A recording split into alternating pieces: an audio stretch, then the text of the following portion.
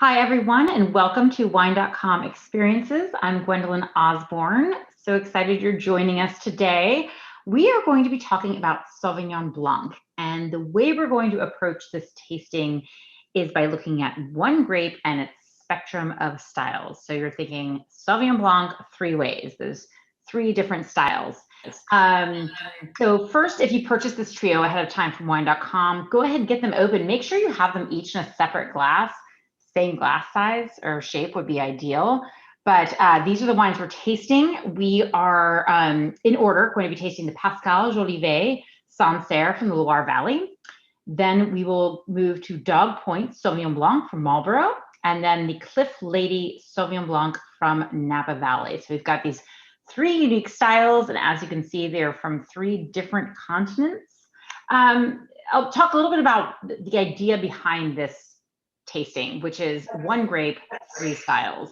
We want to show you that one grape can really differ based on where it's grown, the climate, the soils, the techniques in the wine cellar. So there's a spectrum of styles that can happen with this one grape variety.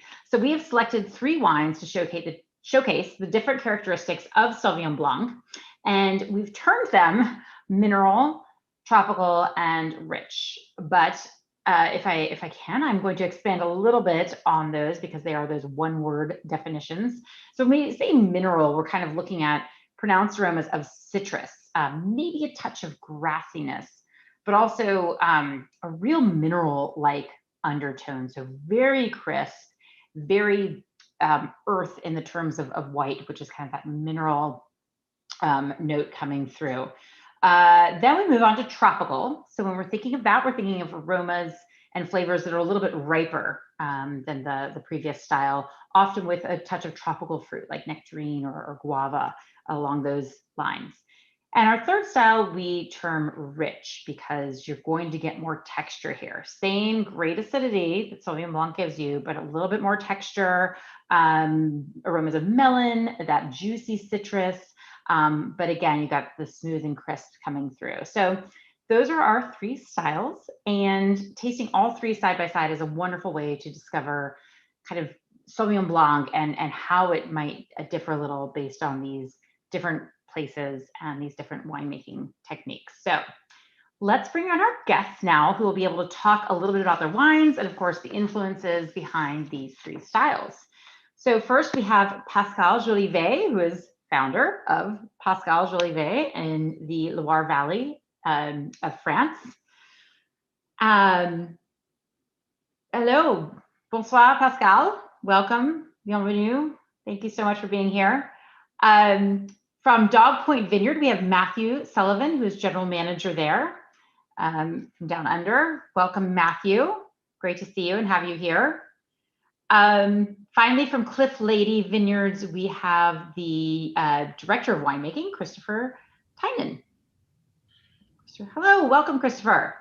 Hello. We're excited to have you three here to taste these spectrum of wines and kind of talk about how they differ and, of course, possibly how they are also the same. And I think I kind of want to start on that because, yes, we're tasting three different styles of one grape, and we're going to kind of focus on what differentiates them.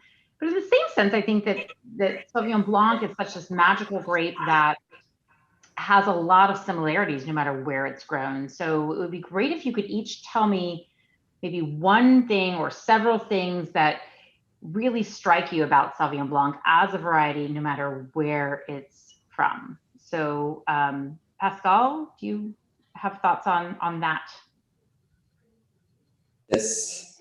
So thank you so much to invite me to be a part of this trio of Sauvignon Blanc. It's in the middle of the night for me, which means, first thing we can say that all over the planet, you can produce Sauvignon Blanc from east to west, okay? Depending where we are. So tonight I'm in the middle of all of you, if I can say. I started to make wine 30 years ago.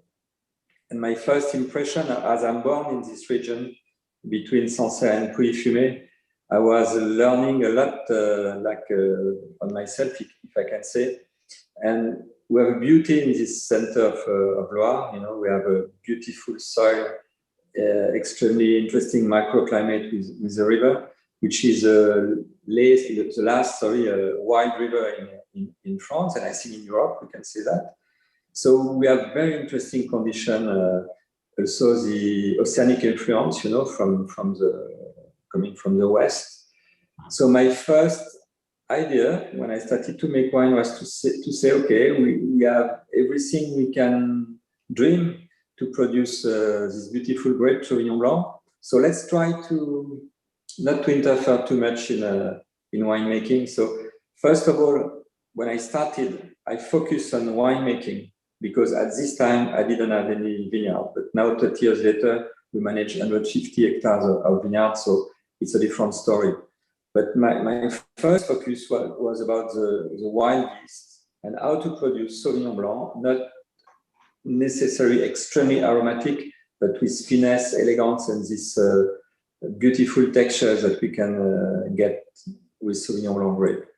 So it's what I've done, thinking that sulfur is not necessary to start the fermentation, that enzyme is not something which is a part of what we want to do, and cultured yeast is not what we do too. So it's we do make Sauvignon Blanc in Sansera, in Jolivet winery with indigenous yeast, and we interfere as less as we can, and we have very long fermentation. You know, we keep the wine on the lees, and at the end, I think we can produce a Sauvignon Blanc again with more elegance than exuberance. We have a beautiful fruit. This is a key for me, the fruit, because Sauvignon Blanc is one of the best grape you can get to have the fruit. And also the texture of our wines is also very interesting. Mm-hmm. We don't have too much feeling of alcohol, which is also something quite interesting, I think, when you make wine. And you know, what can I say more? The Loire Valley is magic. And you know, it's a place where the King of France, they like to build their chateau because there is a cool climate, there is a cool life here, and I wish we can produce cool wine too. Yep. And what do you think Sauvignon Blanc here, as well as in Marlborough in New Zealand and in California, what is one thing that all of them have that are similar? Sauvignon Blanc, the acidity, the citrus, what stands out for you when you taste Sauvignon Blanc anywhere? The similarities between all Sauvignon Blanc. Mm-hmm. I think this is this beautiful fruits that we can get. Of course, there is some place it's a little bit more green or a little bit mineral, but most of the time we feel the fruit. You know, this kind of citrusy, which is I think the common point between all Sauvignon Blanc all over the world. Okay, so we're going to get back to tasting yours, but let me throw that question also to Matthew, if you have that kind of the similar thread of Sauvignon Blanc around the world. Yeah, that's a really interesting question. And I think the one great thing about the variety, no matter where it's from, is its approachability. So depending on, you know, the degree of wine knowledge, you could be someone that's, you know, not tried a lot of wine, and maybe that's your first glass of wine. And I think it's the ability to be engaging with it with a range of consumers. I think it's really, really special, because I don't know any other variety that can appeal right through the range. And for me, particularly, is vintage variation. And I think if you nail it down, if you think holistically about the variety itself, and you start forgetting about barrels, you start, you know, if you just focus on what the fruit does, I think you really see the vintage variation more so than any other variety in my experience, because, you know, if it's a cooler year, you do see the green flavors coming through. If it's got the warm year, you see the tropicality, and it's not and if you think of more in that classic sense, you haven't got barrel or, you know, even layers of lees or anything influencing it. So you're stripping it right back, and you just think about it. You're really just trying to take the vineyard and put it in the bottle. And I think you see that. And so for me, the exciting thing about Sauvignon is every year it tastes different. And I think every region has its I guess its nuances and its little niche, and like particularly with the Loire. I mean, you taste a glass of wine from the Loire, and you're immediately taken there. And I think with Marlborough Sauvignon, you get that tropicality and that vibrancy, and you're taken there. And then with California and the style and that slightly, I guess, well, warmer weather. I hadn't had the pleasure of tasting Chris's wine, which I'll have to put down on my bucket list. But I think, hopefully the others will agree, is that you can really dial into the area and you see the expression of year to year. So for me, that's a great thing because it tells a story and it gives the variety personality. Yeah, that's a great answer, because a lot of people do think, I think Sauvignon Blanc is being similar year after year, but because it has such that variety of aromas and flavors that they do differ from vintage. Yeah, so thank you. Great. Yeah. Christopher, what about you on just that line of similarities that might happen? Yeah, I think, when you look at kind of the noble varieties that have kind of excelled in different terroirs, I think Sauvignon Blanc is one of them. And because in many different climates, you can make really compelling, layered, complex wines. And that's just the hallmark and a testament to how great those wines can be. They also age really well and complex for years. But the nice thing about the Sauvignon Blanc, I think with Matthew commented on, is that it's great early on. And so it's a young wine that can drink and provide complex pleasure. And it's a lot of we consider our gateway drug here at Cliff Lede. It brings a lot of people into our what we do elsewhere because it's such a compelling wine and so interesting. Yeah, no, I think that's very good. People go to a bar or a restaurant and be like, let me just have a glass of Sauvignon Blanc. And it might be they don't know where it's from or anything, but they kind of feel confident, and it's a great introductory place to start. So thank you. So let's start tasting. Pascal, we're going to start with the Sansera. You spoke a little bit about, Sansera. This is this beautiful region. The dukes and the kings that used to visit here, and it's just such a magical place. But Sansera and Sauvignon Blanc are so well suited. Can you speak a little bit to specifically the soils of Sansera and the weather and the river and how these all combine to make it perfect for this grape?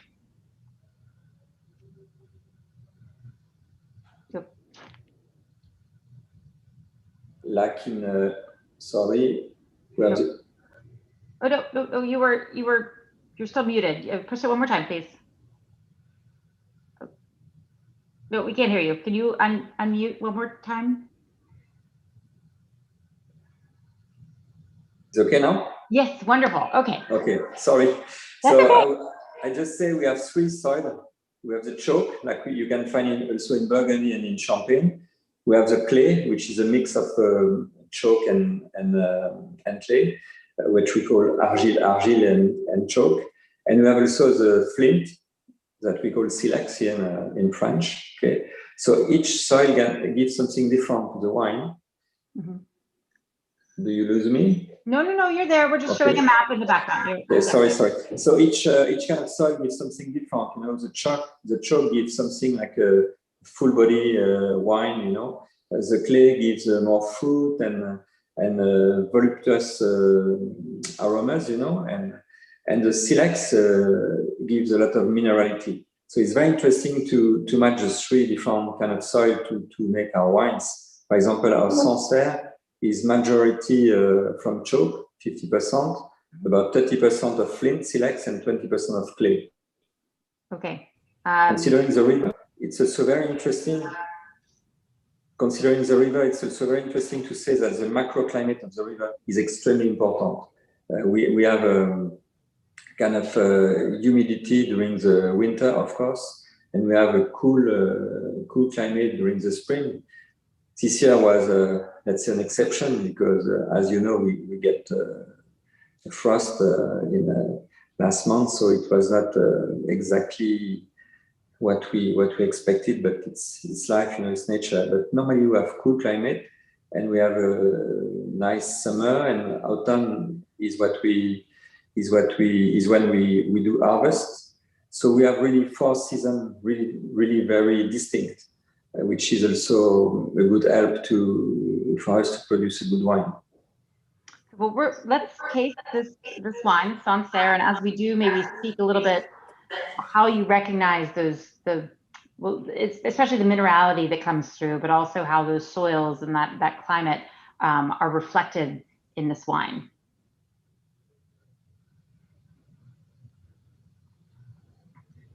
Oh, we can't hear you again. Sorry.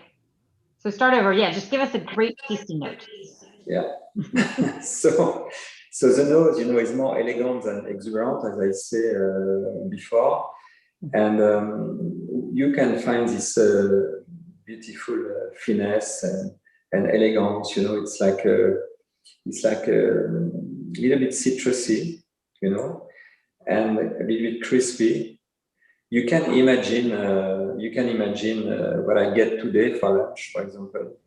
Beautiful oysters, papillon, we call that butterfly oysters. It was beautiful with this Sansera.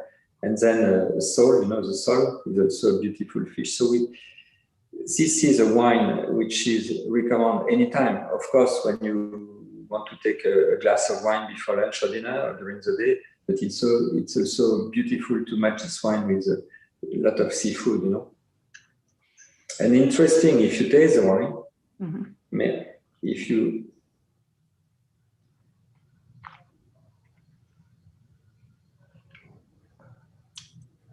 the texture, it's smooth and even a little bit creamy, which is quite interesting for Sauvignon Blanc, because it's not a kind of Sauvignon Blanc which is very dry and very aromatic.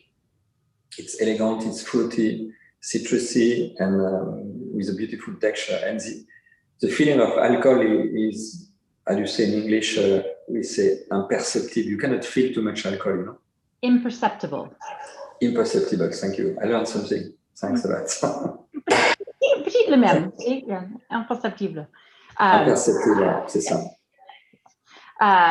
But yeah, this is beautiful. I love the acidity that just grasps on, but I appreciate this texture, and I think it really comes through. I've had the wine out for a little while. It's warmed up a little bit. It's not too cold, and the texture comes through when it's not too chilled. But but like you said, the alcohol doesn't overwhelm it. It's very balanced, and yes, would be beautiful with seafood. So your wonderful pairing, perfect pairing would be oysters, seafood. Yes. Yeah, and Japanese food like sushi is also a great match. And how many Sansera do you produce? Oh, we produce, I think, 8 different Sansera. Okay. We have the classic ones, the ones that we show today. We have some single vineyard, like 6 single vineyard. And we have also our top cuvée Sauvage. Sauvage. And you have that? Sauvage. Yes. Sauvage is the first wine that we did produce from organic grapes. It's unfiltered. And it's very interesting to notice that Sauvage is the original name of Sauvignon Blanc. Sauvignon was Sauvage. Mean wild? Does it mean wild? Yes, it means wild. But it seems like the original name of Sauvignon Blanc was Sauvage. Okay. Well, something interesting. Beautiful. This is one of my favorite Sansera. It's a beautiful wine. Thank you so much for sharing and for staying up late to share it with us. No, my pleasure. Okay, we are going to go on to our next category of wines, and that would be what we're calling tropical. So Matthew, we're coming to New Zealand, and New Zealand is that new world hotspot for Sauvignon Blanc, especially Marlborough. What is it about Marlborough that was so perfect for Sauvignon Blanc? Look, it's look, I guess Marlborough really started in the 80s with Sauvignon, and we've got about 28,000 hectares in Marlborough now. So, there's a real diversity here, which probably more so than people realize, but we're a maritime climate. So, we have quite a large diurnal fluctuation in temperature. So if you're thinking somewhere in March for us, we can be, even this year, 26, 27 degrees Celsius during the day, but it can drop to 2 or 3 degrees overnight. So it's this sort of shifting diurnal temperature that gives us this freshness of acidity, but the vibrancy of aromatics as well. So and again, some people, we are cool climate here. So we do actually live on the edge for growing this variety, because it's a late ripening variety here and we're in a cool climate region. So, you have to really hone in on canopy management and cropping levels in order to get the physiological balance of the fruit right. And, there's times where people get caught out because, it gets to the end of the season and it really starts to get cold, or, there's frost risk, or, the changing weather. So, it's actually a variety that requires a lot of love. And even though it's widely planted, it needs attention to detail like every other variety, because if you don't, then you can be in a bit of trouble towards the back end of the season. So I guess for Marlborough, though, when people think about Marlborough, it's the aromatics, isn't it? And you can even taste it with when you ferment and you're walking through the winery. You just step outside the office heading towards the winery and you can smell them. And it's it's quite a happy time of year when you're walking in there and smelling all this stuff. It just smells like spring, really. And there's lots of life in the winery, and it just makes you want to have a glass of wine. So it's I guess it's just that vibrancy that is really appealing. And you said it before, we have a glass of wine, you're going out, let's have a glass of Sauvignon Blanc to start. And it like wets your palate almost. It like gets you like salivating. Yeah, right? And it's got this, depending on where you're going, particularly with ours, we like this sort of moorish salinity to it that just wants you to keep having more. And I think it's the one variety that I'd happily have at breakfast, lunch, and dinner. Great. It's just all around the Sauvignon Blanc diet. But so, you mentioned you've been around since the 80s. And I think that, I'd say it's probably not like 15 years ago, somebody gave me New Zealand Sauvignon Blanc at a blind tasting. They're like, yeah, I got that covered. Like, I know exactly what it is. It is so specific. But I feel, and that was that tropicality, that guava, that nectarine. It was just sometimes some asparagus, grapefruit. But I think that having these, 3+ decades now, where going strong, where wineries have been able to kind of find those ideal vineyards, the perfect training and pruning methods, and just kind of slowly evolving and improving and innovating to kind of figure out what's right for their style. You're getting more of a diversity of Sauvignon Blanc style from Marlborough that isn't always just like, no, it's not right?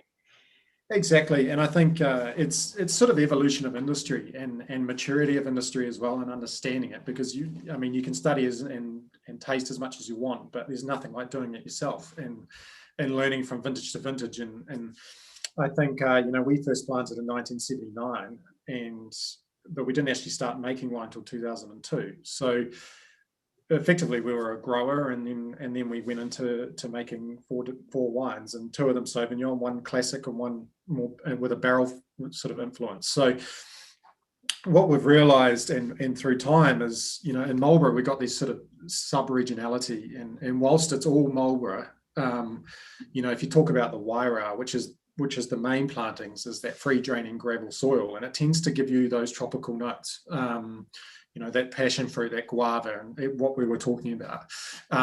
If you go into the southern valleys, which is where we are, which is at the bottom side of the Wairau Plain, it's a series of about 3 different valleys rolling silty clay into straight clay soils, and that's where you tend to dial into the citrus core of flavors, that grapefruit, that lemon, lime, and particularly what Pascal was talking about. And that's where we are.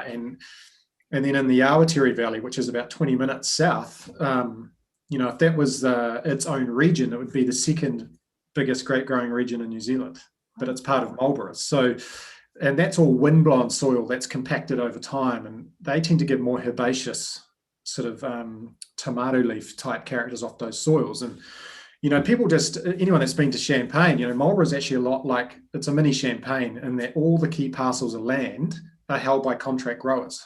So everyone's sourcing from all over the region to get this sort of overall profile. But particularly for us at Dog Point, everything's estate grown. And for 95%, we're in the southern valleys. So particularly when you try all 4 of our wines, you're really going to pick up a house style. And so we're actually probably leaning more, whilst we had those, we can't escape the fact we live in Marlborough growing Sauvignon Blanc. So we've got that vibrancy, but we're actually doing a lot more to try and restrain that. And then we're coming off those sort of silty clay soils. So we tend to get more of that citrus core flavors. And then we're going into that sort of slightly saline chalkiness as well. So if anything, we're probably heading more towards Pascal's sort of style of winemaking rather than really quintessential Marlborough and tropicality. And a lot of that's to do with, we're whole bunch pressing and the skins, particularly in Marlborough with Sauvignon Blanc, the skins are full of really vibrant aromatic compounds. And the harder you squeeze, the more you access that. So they really jump out of the glass, but they don't tend to retain freshness for as long as the ones in the juice. So we press gently and just try and target the pure juice. And with that, we get longevity in the bottle and retain freshness for 10 years plus. Well, let's taste a little bit through this, because I know you do have a little bit of restraint here, but I still feel like and I see why you say breakfast, lunch, and dinner, because honestly, it's kind of like fresh squeezed juice. I feel like I'm on some island and somebody has just made me like fresh squeezed, guava, grapefruit, lemon. I mean, just some sort of wonderful, juice bar concoction, because the alcohol is subtle also, just like Pascal's. This is gonna be dangerous. It's just very subtle and very much, understated coming through. But talk us through this and kind of, your tasting note as we go through. Yeah, so I think, look, this comes from 8 different vineyards. So we're talking within our estate, and it is predominantly all coming off silty clay into straight clay. So we're cropping at about 60 hectolitres per hectare, or it's about 8 tonne per hectare, depending on where you live. And so we're all hand picking, pressing into tank. And actually, a lot like Pascal, we're not using any enzyme or really clarifying the juice too much. So we'll let it settle for 3 days, but we're taking a lot of lees across with it and sort of, I guess, cloudy juice in a sense. So we're fermenting with that to try and give us a little bit more of that textural complexity that we're chasing. So, like I say, the great thing about this variety in Marlborough is you have that vibrancy. So what we're trying to do is just dial it down a touch and then just focus in on the palate. And I think there's a portion that's wild ferment, so 25% wild yeast. And for the most part, any inoculated yeast is quite neutral. So we're not using any particular yeast to drive any particular character that we're looking for. So what you're seeing is the natural impact of the variety in the glass. And it is very sort of minimalistic. We're not fining anything as well. And we leave it in contact and tank with lees for about 5 months. So we're one of the last to release on the market. And often you don't see the new release until kind of May in the United States the following year. Yep. So it's had a good 6 months in bottle. And for us, particularly with Dog Point, you do get that citrus core, but there's sort of this flintiness that we love. And that's partially down to wild ferment, but also the lees that's really, pushing that flinty sort of character through the wine. And, we love it. And it's almost bordering into the slightly reduction style of winemaking when you're talking about solids. And the key for us is that integrating over time. Rather than being too dominant. So we like to push those boundaries a little bit. And it just means that, we're not using any barrel influence here. It's just the natural lees and portion of wild ferment. So hopefully what you see is sort of an elegance and style, but Marlborough, and just toned back a little bit. Yeah, it is Marlborough. It's toned back by Juice Bar. But yeah, it's beautiful. There's a purity. I think that's kind of what I mean. There's a purity of all those fruits. So give me real quick, like your couple perfect pairings for this. Well, bacon and eggs in the morning. For every meal, of course. Yes. And maybe a snack. Absolutely. And don't, that slight sort of smokiness, yeastiness, that goes really well with the bacon. I'm not joking. I have it with bacon.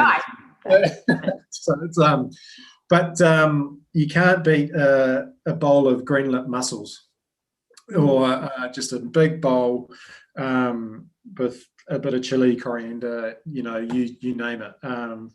And I think for us is trying to keep the flavors really clean.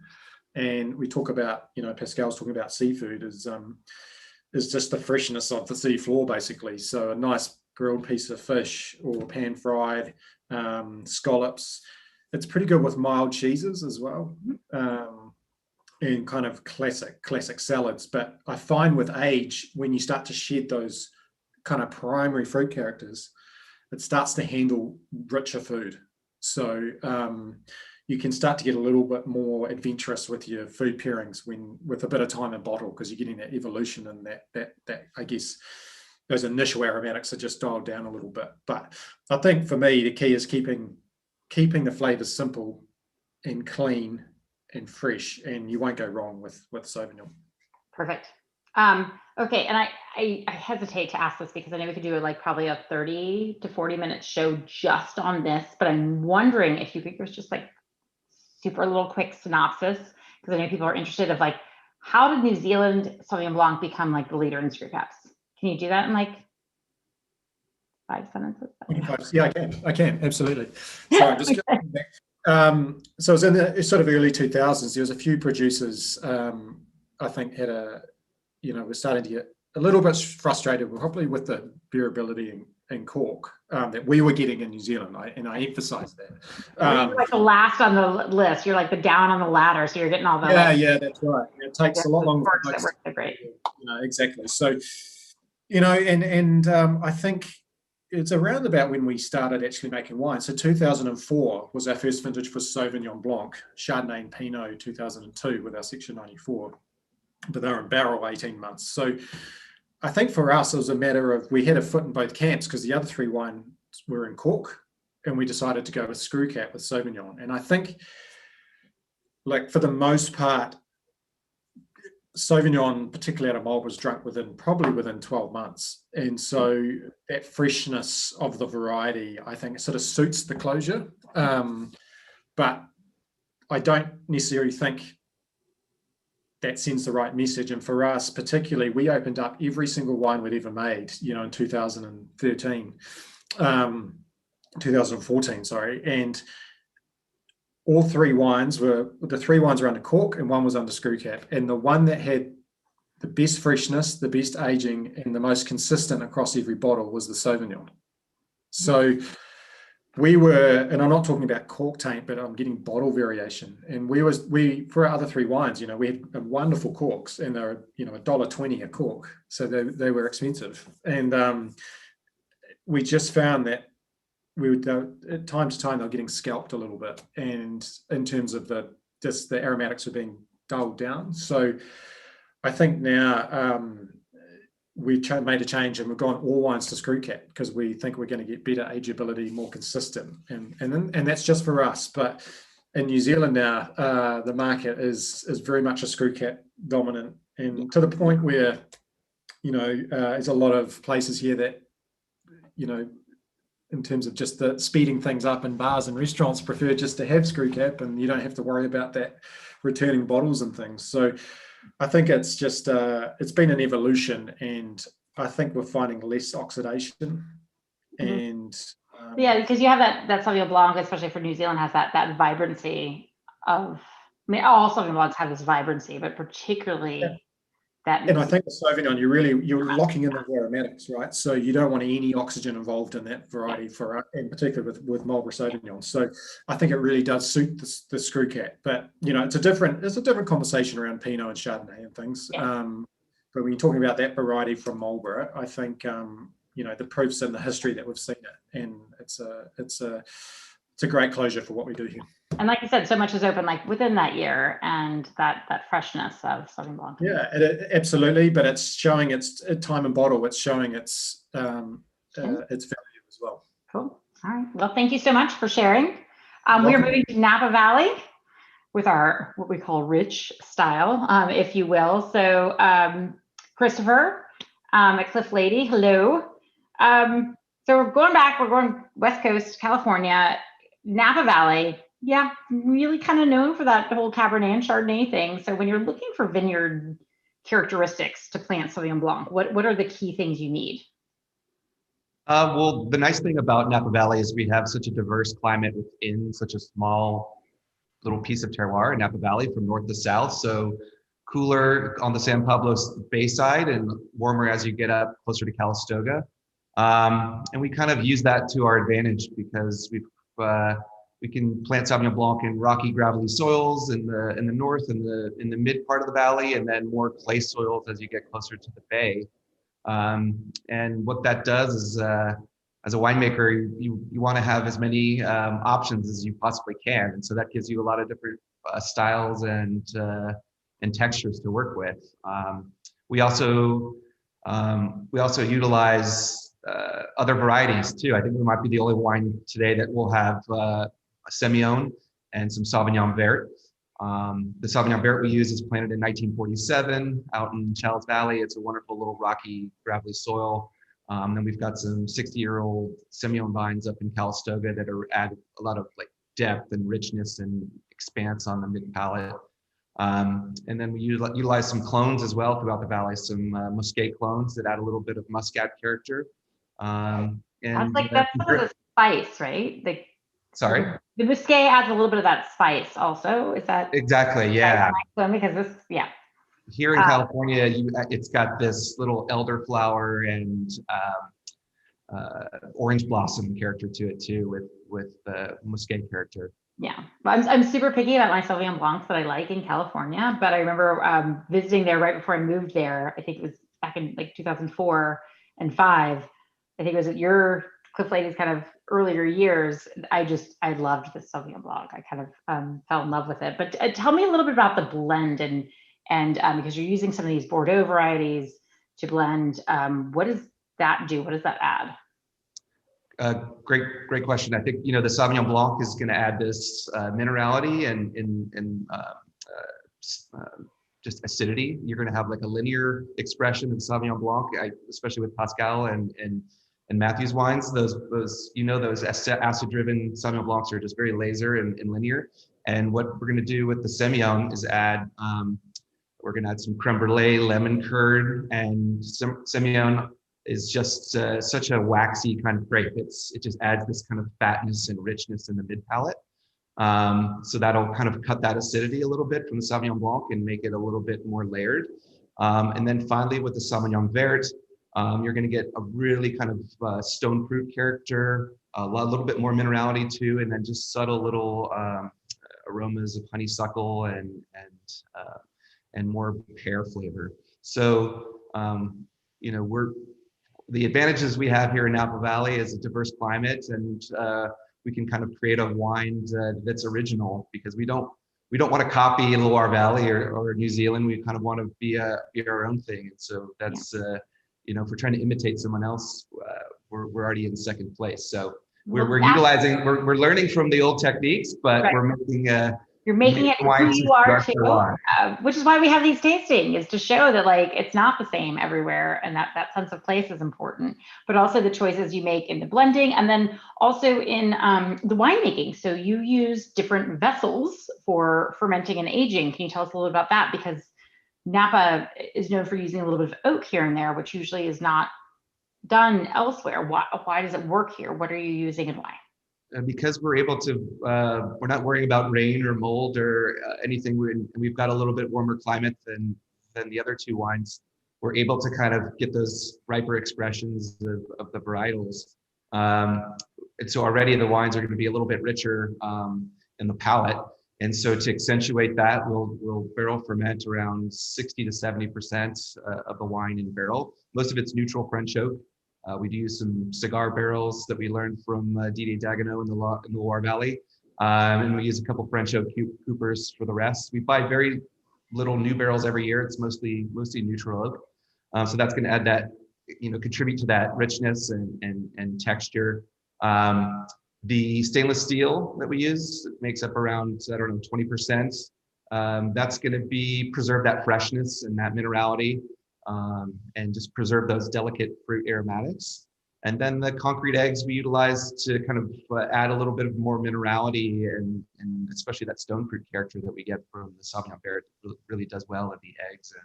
So again, we're trying to build those layers of complexity for a very, affordable wine, and a wine we consider that kind of outperforms for its price category. So.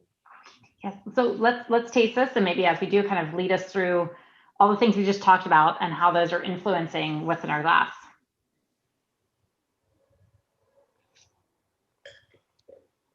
Yeah, I think again, I'm getting that luxurious kind of lemon curd, rich creme brulee.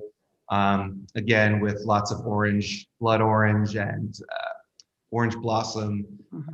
It's just, to me, this is really, really rich, and it's, with a couple of years age on it, it becomes creamier and lots of pear. And gosh, this is a yeah. I love this. There is that spice note, like I can't put my finger on what exact spice is, but there's just kind of that slight spiciness to it that kind of differentiates it, I think, from the other two wines. A little bit of nutmeg, perhaps, today. That might be the spice, yes. This is beautiful, but it's very different. It does have that richness. It has that Napa Valley kind of stamp on it. What would you pair this with, maybe in different terms of what the other wines we tasted? I think this does really well with pastas and grilled fish, grilled chicken. You can make a great little, you can make just simple olive oil pasta, or you can do a little creamier dish as well. It's pretty versatile. I love to drink it when I'm cooking steak outside before dinner, so it pairs well with grill as well. When you're out, especially on a hot summer day like today in Napa. That's beautiful. No, I love these three styles. I think that they kind of showcase, again, all these different characteristics of Sauvignon Blanc, but also that similar line of wonderful acidity. There's that mineral, kind of a little bit of that, the crispness, the minerality, which kind of really shines in the Loire Valley from Pascal, and you get a little bit of that undertone there, and then the spiciness and richness that comes from the Lede. So thank you all so much for showcasing your wines, for making beautiful wines. I think they really are beautiful examples of your sense of place, where you're from, and also your choices that you make to make them shine. And I love these kinds of tastings where I get to taste three wines that I absolutely love. So Pascal, thank you so much for staying up late. Pleasure. Avec plaisir. Merci. Thank you. Merci à vous. Merci. And thank you, Matthew and Christopher, also for joining us today. And again, sharing these wines and your time. I hope everyone enjoyed these at home as well. Wonderful food wines. Acidity, you need acidity for a great pairing, and these all have those. So hopefully you enjoyed kind of learning a little bit about the grape and everything that it can do. And thank you to you all. Stay well and cheers. Yes. Cheers to you. Salud. Santé.